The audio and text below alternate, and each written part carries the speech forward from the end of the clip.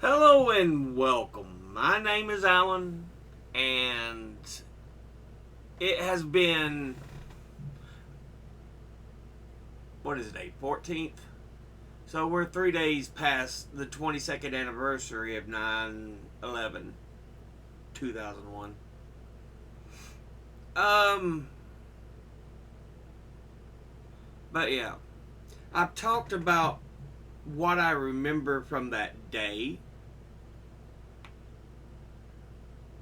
but I think this would be a good opportunity to talk about the aftermath.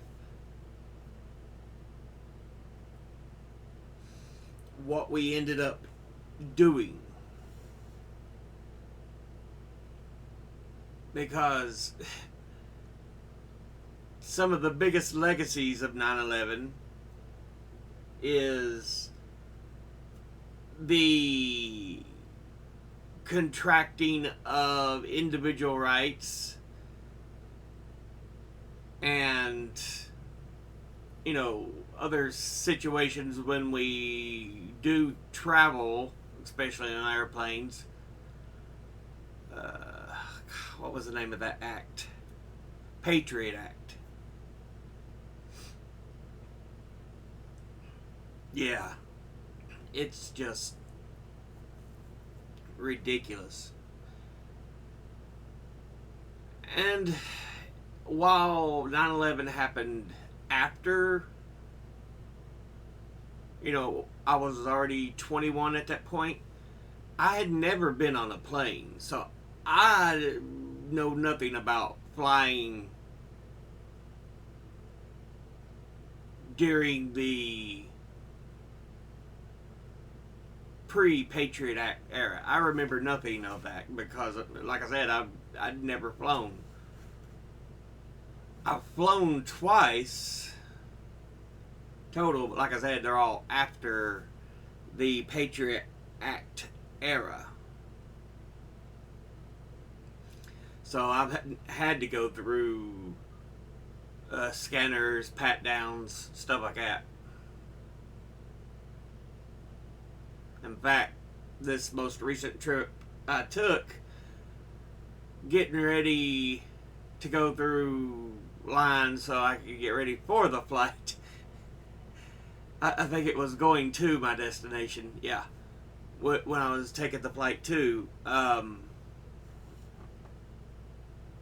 the security guard had to give me a bit of a hand check because for some reason the scanner showed something weird about my crotch area, so he had to sit there and kind of pat me down. I'm like, okay. I'm just glad I was wearing underwear that day. I would have felt really awkward if I hadn't been. But yeah. So, despite the fact I very vividly remember 9/11, I had never flown before that point, so I remember nothing about pre Patriot Act security days in airports. But beyond that, I want to talk about um, the other things it's kind of left us. Not just the Patriot Act hyper security at airports, but it gave us the Iraq and Afghanistan wars. Things we finally pulled out of Afghanistan, and supposedly we pulled out of Iraq, but of course there's a troop presence still there. From what I remember being said, I'll have to check on that. I'm again unsure on that particular piece of info, but if I remember right, we still have troops there, although technically the war is no longer going on. Yeah. But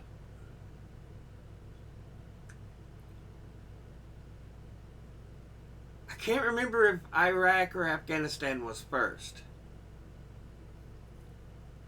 I think Afghanistan was first because we were like, we gotta go after Bin Laden. And last report says he went back to, or he was hiding in the caves in Afghanistan. Okay.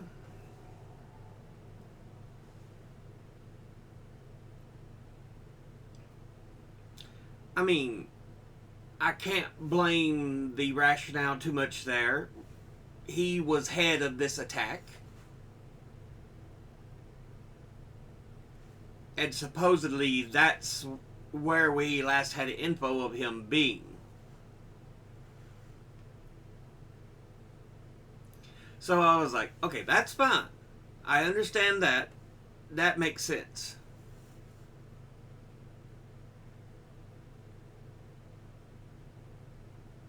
But we end up staying. When was it Biden finally pulled us out? 2021? A 20-year war? Which, the last 10 years of which, well, you could say the last 15 years of which served no purpose. Yes, oh, it spread democracy, did that, blah, blah, blah.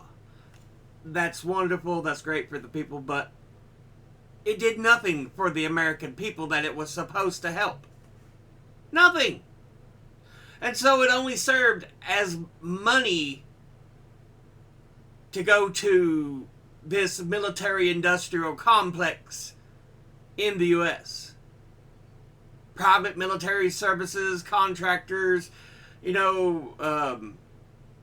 military groups. Yes, I wish there was more democracy, more education, women had more rights, but you know what? I don't want decades wars. I don't want a lifetime war. So yes, again, I've pointed this out. It was one of the things you can point at Biden and say, hey, that was good. That was great. You finally got us out of the damn war. People talk about, well, Trump was talking about it. Words mean shit. It's the actions that matter, dumbasses.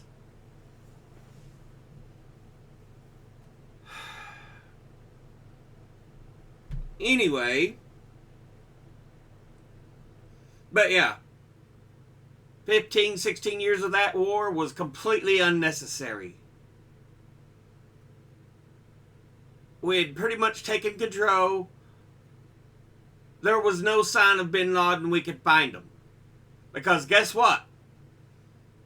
Come 2011, where do we locate him? Pakistan. And that's when we have him killed. The drone strike.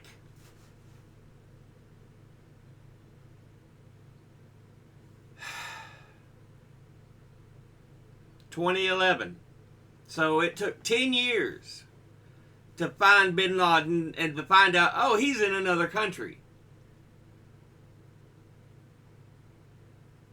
But we stayed in Afghanistan. For what? For what? Don't tell me, oh, we were spreading freedom into what? Fucker. You could have been using that money for something better here at home. But no.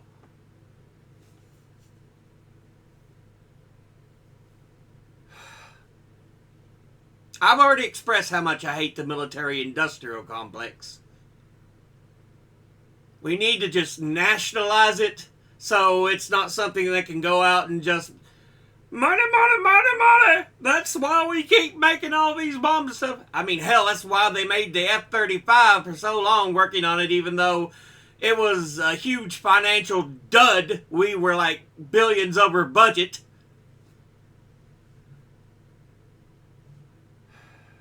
For what? For what?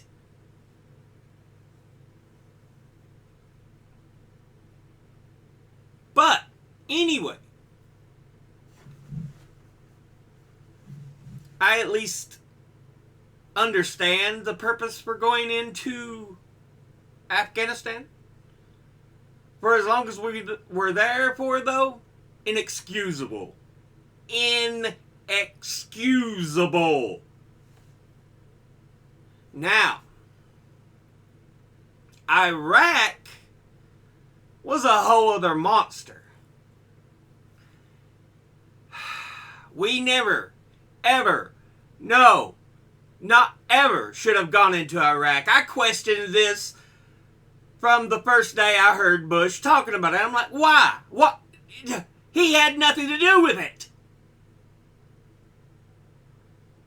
Are you just wanting to go kill him because your father went to war with him? I'll be like Daddy. I go kill Saddam. I'll do better than Daddy did. No! Screw you, W.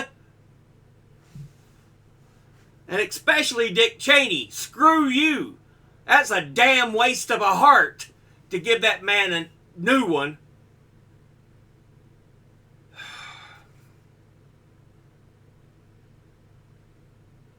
Because he sure didn't act like he had a spot for it.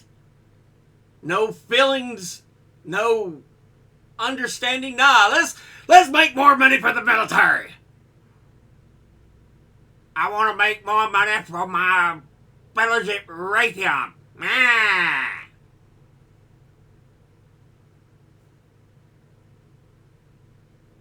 I don't know why we've always pretended like he sounds like the Penguin from Batman.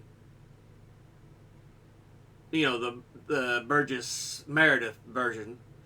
Because there's always, he says something, and then, mah!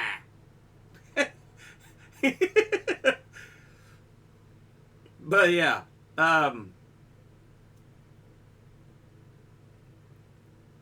anyway, yeah, Iraq, there were so many excuses, and they would morph because the public was not buying it. There were a lot of us that were like, no, that's stupid. And they would slowly change versions or add something. We're still like, no! But they wanted to go to war. I pulled up an article here, rationale for the Iraq War on Wikipedia. Yeah, Colin Powell. Shows in a little side panel here. U.S. Secretary of State Colin Powell holding a model vial of anthrax while giving the presentation to the United Nations Security Council on the 5th of February 2003.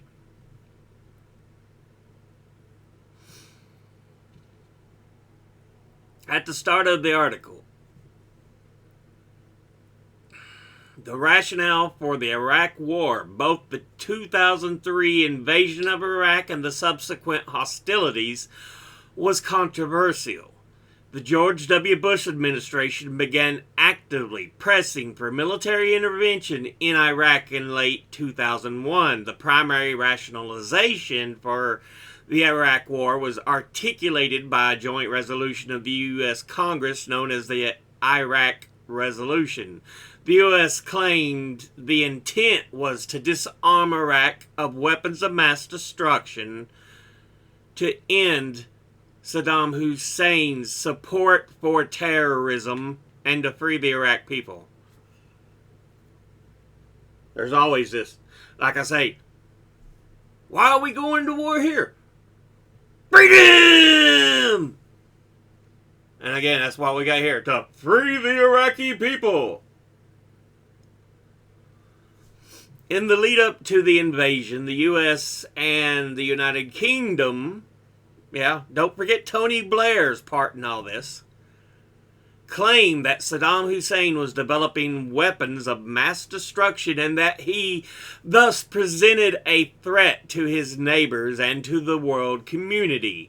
The U.S. stated, On November the 8th, 2002, the UN Security Council unanimously adopted Resolution 1441.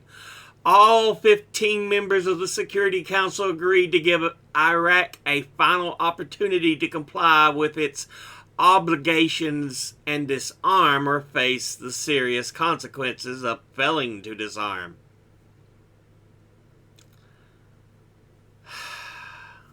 You know, that's what they tried to focus on, because they know how much they wanted to tie it to 9/11. They were full of shit. Quite honestly. They were so full of fucking shit. But anyway, the resolution strengthened the mandate of the UN Monitoring and Verification Commission and the International Atomic Energy Agency, giving them the authority to go anywhere at any time and talk to anyone in order to verify Iraq's disarmament. Yeah. Throughout late 2001, 2002, and early 2003, the Bush administration worked to build a case for invading Iraq, culminating in then Secretary of State Colin Powell's February 2003 address to the Security Council, which we now know a lot of the information we received was bullshit. Shortly after the invasion, the Central Intelligence Agency, Defense Intelligence Agency, and other intelligence agencies largely discredited evidence related to Iraqi weapons, as well as alleged links to Al-Qaeda, you know, the force they said was one of the big forces behind the terrorist attacks of 9/11. And at this point, the Bush and Blair administrations began to shift the secondary rationales for the war, such as Saddam Hussein's human rights record and promoting democracy. What did I say earlier? Freedom! Promoting democracy! That's always their damn go-tos.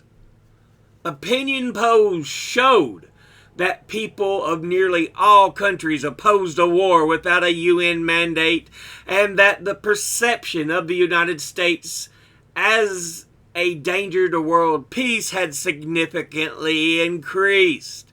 UN Secretary General Kofi Annan described the war as illegal, saying in a September 2004 interview that it was not in conformity with the Security Council. And accusations of faulty evidence and alleged shifting rationales became the focal point for critics of the war, who charged that the Bush administration purposely fabricated evidence to justify an invasion that it had long planned to launch.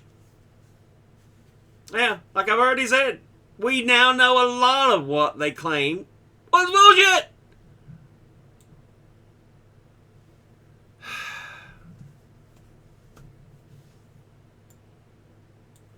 It was such bullshit.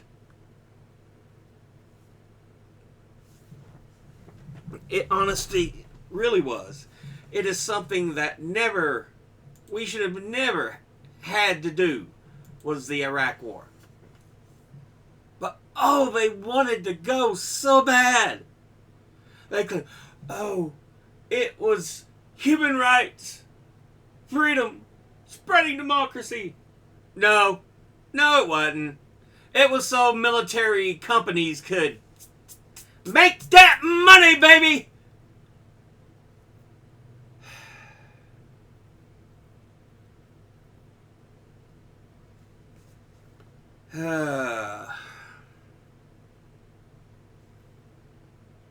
It's so stupid.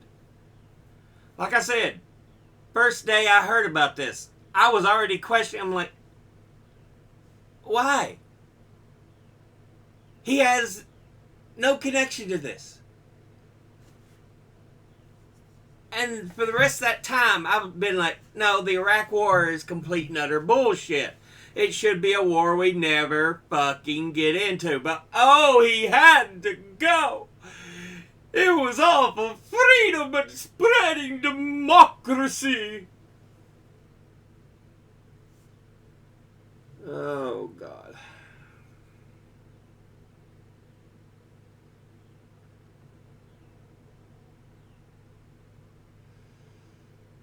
Those should never, ever, ever again be used as rationales to go to war. No. What really bothers me, though, is a country we know was heavily involved. I don't even think we even gave them a slap on the wrist because they were such friends to, the U.S. oligarchy. Buddies with the Bushes. They sucked up to Trump. And they've always been, we'll trade oil for money. We'll stay your little buddies. Even though we know that from that country, Saudi Arabia, it was like 15 of the 19 hijackers, I think, were from Saudi Arabia.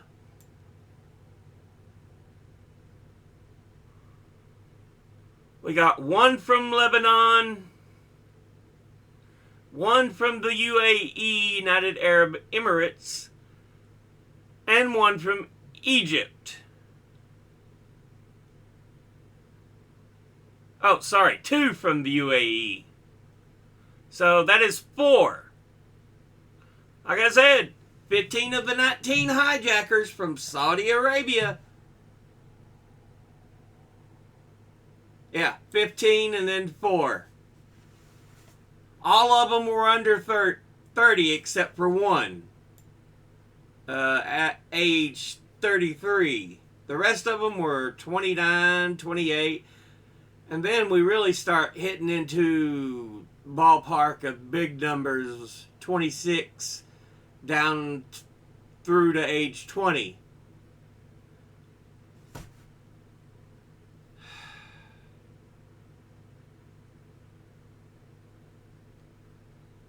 Yet we still kiss the butt.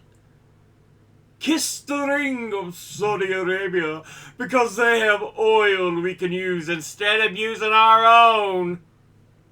The U.S. has one of the largest reserves of oil in the world. We could well stand on our own feet, but guess what?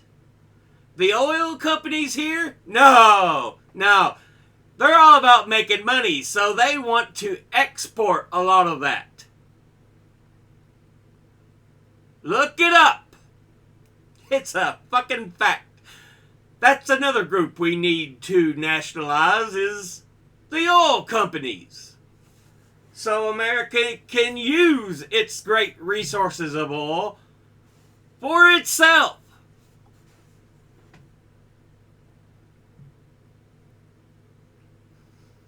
But anyone hears the word nationalize, they're like, socialism, communism. I call it making things more solid and strong for your fucking country. But you don't give a shit. Nah.